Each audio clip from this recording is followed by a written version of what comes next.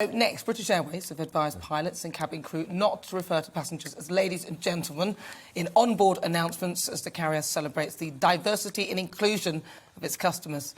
BA is not the first airline to enforce such changes. EasyJet and Air Canada have made a similar change in 2019. Lembit and Danny, your thoughts? I'll start with you, Lembit. I fly a lot. I actually really like British Airways. And I bet you the crew are cringing on this one.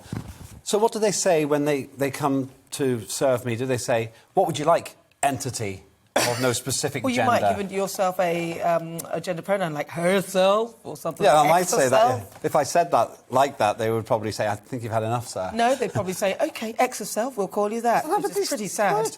Ladies, it's all part of the process of being treated with respect. I hope that British Airways comes to its senses and recognises the overwhelming majority of people will not be offended by this. About 6 months ago, there was a couple of people who don't identify as anything. I'm not sure what their pronouns were. All I know is that they're human beings.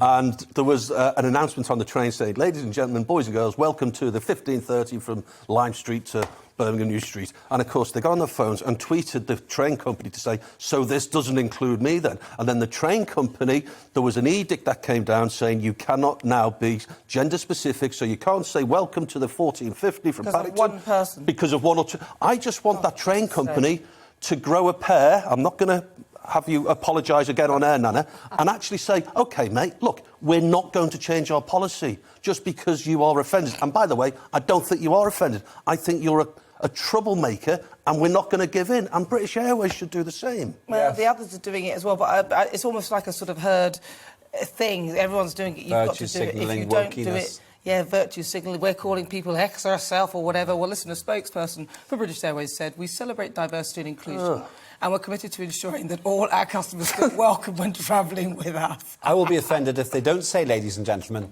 Put that in your pipe and smoke it, but not on air and not in the plane. No, exactly. Don't do that. You can't smoke on planes. No. Danny, you think they made a statement, they said that they're diversity and inclusion. That's Look, if I was a worldwide jet setter, I would now on air say I'm never going to use them again.